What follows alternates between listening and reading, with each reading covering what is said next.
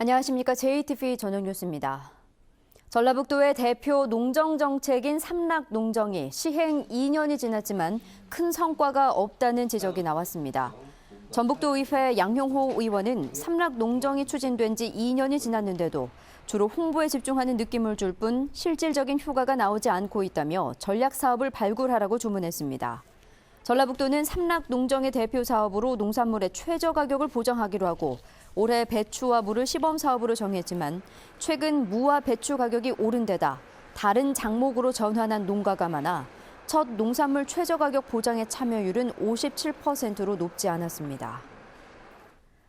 민간단체의 예산을 지원하기 위한 평가가 부실하다는 지적이 제기됐습니다.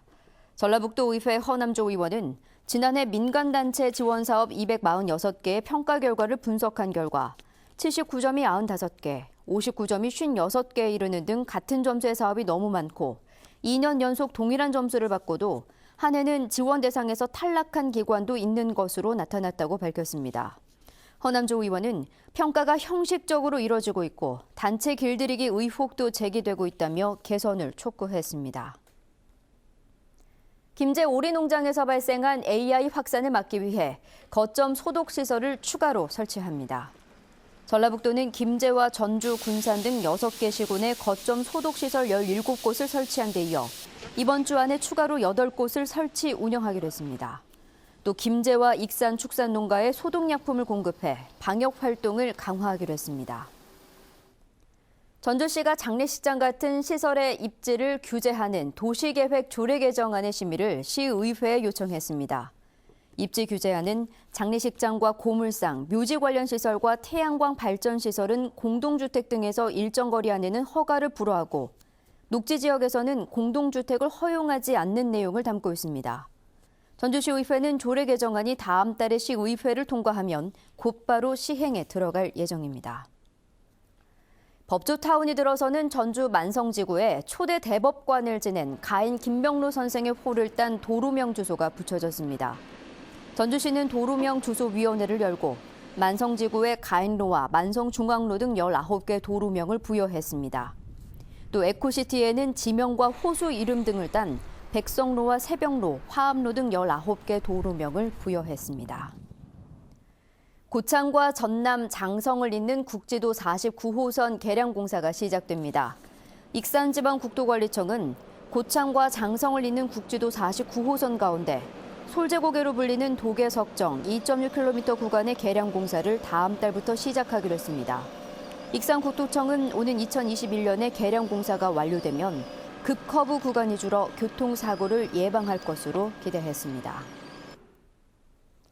박근혜 정권 퇴진 제3차 전북도민 총궐기대회로 전주 도심과 한옥마을 일대의 차량 통행이 제한됩니다.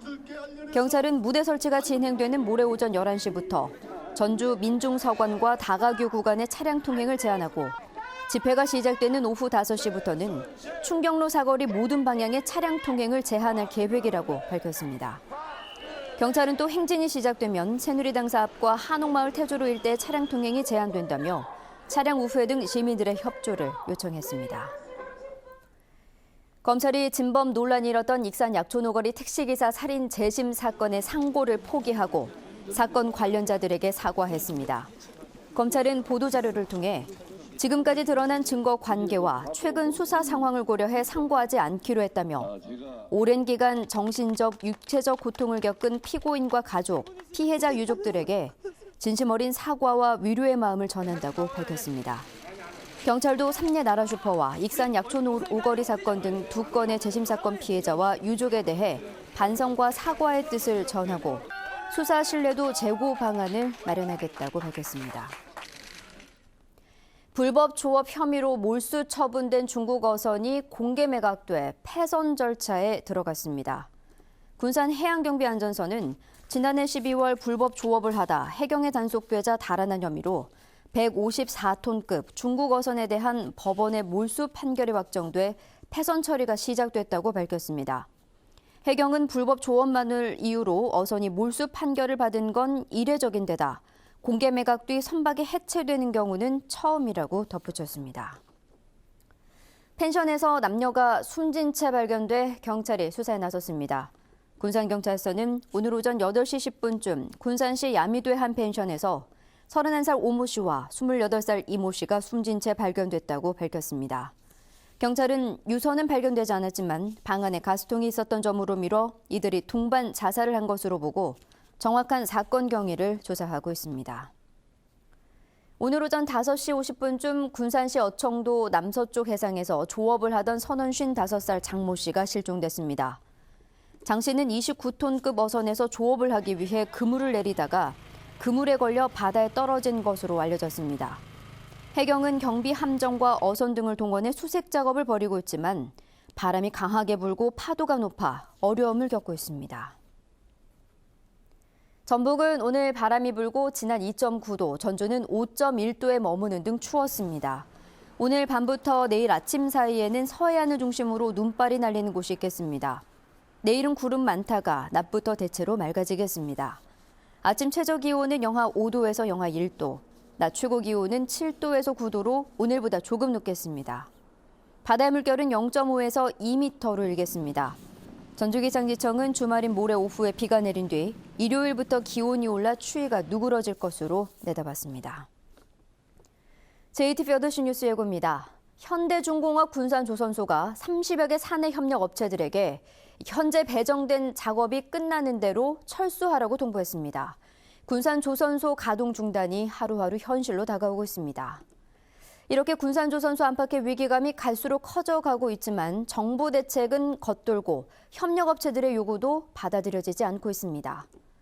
정읍시와 임실군이 옥정호 개발 문제로 갈등을 빚어온 가운데 도지사와 두 시장 군수가 이 문제에 대한 합의점을 찾았습니다. 최순실 국정농단에 대한 국민들의 공분이 갈수록 높아지면서 박근혜 대통령에 대한 퇴진운동이 평범한 시민들의 일상 속에서 계속 확산되고 있습니다. JTBC 8시 뉴스에서 자세한 소식 전해드리겠습니다.